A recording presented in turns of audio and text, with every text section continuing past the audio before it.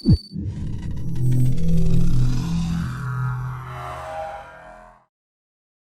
is the Wrestling Replay. I am Cato. Welcome to episode number 43, Monday Night Raw edition, Degeneration at Celebration at that. So we will see Triple H, Shawn Michaels, the Road Dogg, and X-Pac. No Billy Gunn because he is not on the front side of wrestling no more. But no, really good episode of Monday Night Raw. We got a big cliffhanger after the pay-per-view of Extreme Rules. We've seen the return of Bray Wyatt. Would not see Bray Wyatt on Monday Night Raw, but we would see some other returns on Monday Night Raw. So let's go ahead and start off with the United States Champion, the new United States Champion, Seth Rollins. He managed to defeat Bobby Lashley after Bobby Lashley came down to the ring, called out Seth Rollins for the one-on-one matchup when he was approached by Brock Lesnar. We got the Beast back. Well, we got Cowboy Brock back on Monday Night Raw. Looked like he had some unfinished business with Bobby Lashley, dating back to when Lashley and MVP was kind of doing their thing together. It looked like Brock has some unfinished business that he's going to go and attend to now. So, after hitting Bobby Lashley with a couple of F5s and a couple of suplexes and actually putting him into that Kimura clutch, Seth Rollins would then come down to the ring and take advantage of Bobby Lashley, teasing Bobby Lashley, kind of just egging him on to get him back in the ring to start the matchup. Where Seth Rollins will become the new, will become the new United States Champion. Which is interesting because we just seen Seth Rollins lose in that matchup in the main event of Extreme Rules. So are we going to see that Matt Riddle, that energy, that momentum that he's got going to carry himself over to face Seth Rollins for that United States Championship? Or are we just going to see Seth Rollins kind of hold this belt and this is going to be kind of where he falls at for now on, or at least for a while, that mid-range title picture, which is a great place to be at, to be honest. I mean, look at the past couple of United States Championships. I told you that this championship prestige is constantly going up. This is your second former world champion in a row that's holding this championship. And before him, multiple good matches were being put on display by Bobby Lashley.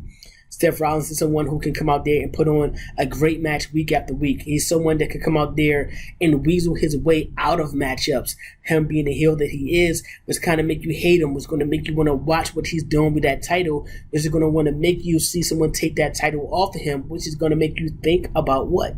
A United States Championship. So great job of these guys putting the championship on someone that people want to see or are going to want to see, or that someone hates, because that's the best way to keep the title fresh in someone's mind is by putting it on someone that people either want to see or someone who people want to see lose.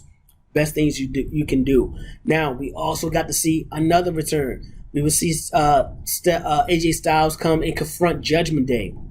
Looked like he was going to join Judgment Day, bow down to one knee. He talk about you always got to have some family. You always got to have some backup people behind you to kind of hold you down. And who else would that be besides the Good Brothers theirself? The OC is back. We got AJ Styles with Gallo and Anderson. They took it to the Judgment Day.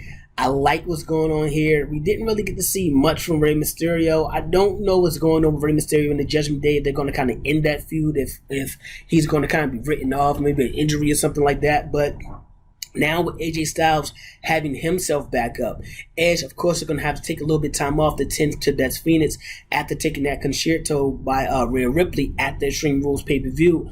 So we're going to get AJ Styles and the Good Brothers, or the OC, kind of leading the way to fight the Judgment Day, which is going to be really, really good. I can see these guys actually defeating the Judgment Day.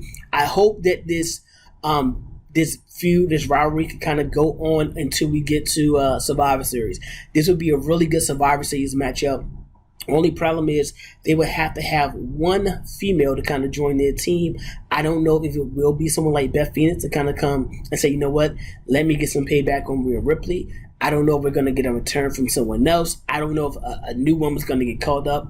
I mean, at this point, it can go any direction with Triple H being at the helm. So, really good way to start Monday Night Raw. Really good appearances, really good surprises already, man. Coming off the Bray Wyatt, I was like, can't get any better than this. And we still get left with a cliffhanger because we didn't get to see Bray Wyatt on Monday Night Raw, so you have to tune in on SmackDown.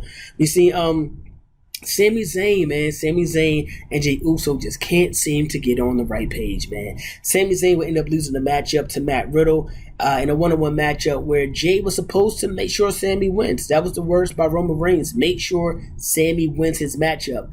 He didn't win.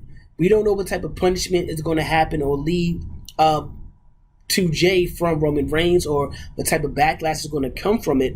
But he didn't do what the tribal chief told him to do. So that's going to be interesting going forward as well. Are we seeing some distinction inside the bloodline? Going to be the one to kind of say, you know what, the hell with this bloodline, I'm done. He was the one that initially even questioned Roman Reigns being the head of the table. So I could see someone like Jey kind of not fall in the line, or kind of feel like, yo, how are we letting Sami Zayn come in here and actually call shots and be part of the bloodline? Like, he clearly isn't. Now, is Sami Zayn doing this as maybe an inside job to kind of get on the bloodline's good side to possibly get a matchup with Jey and Jimmy? Maybe he got some tag team inspirations or something like that. Maybe he got some reason for doing what he's doing. But I like what's going on with the bloodline, man. They continue to keep the storyline going forward. They continue to push it, and it continues to get better and better, the more that it goes on. So I'm excited to see what happens next. Gotta tune in to SmackDown to see what happens with Sami Zayn, Jey Uso, and Roman Reigns. Next we will see Johnny Gargano. He defeated Austin Theory, which is a little interesting because, hey, the teacher is always the teacher, as it looks like.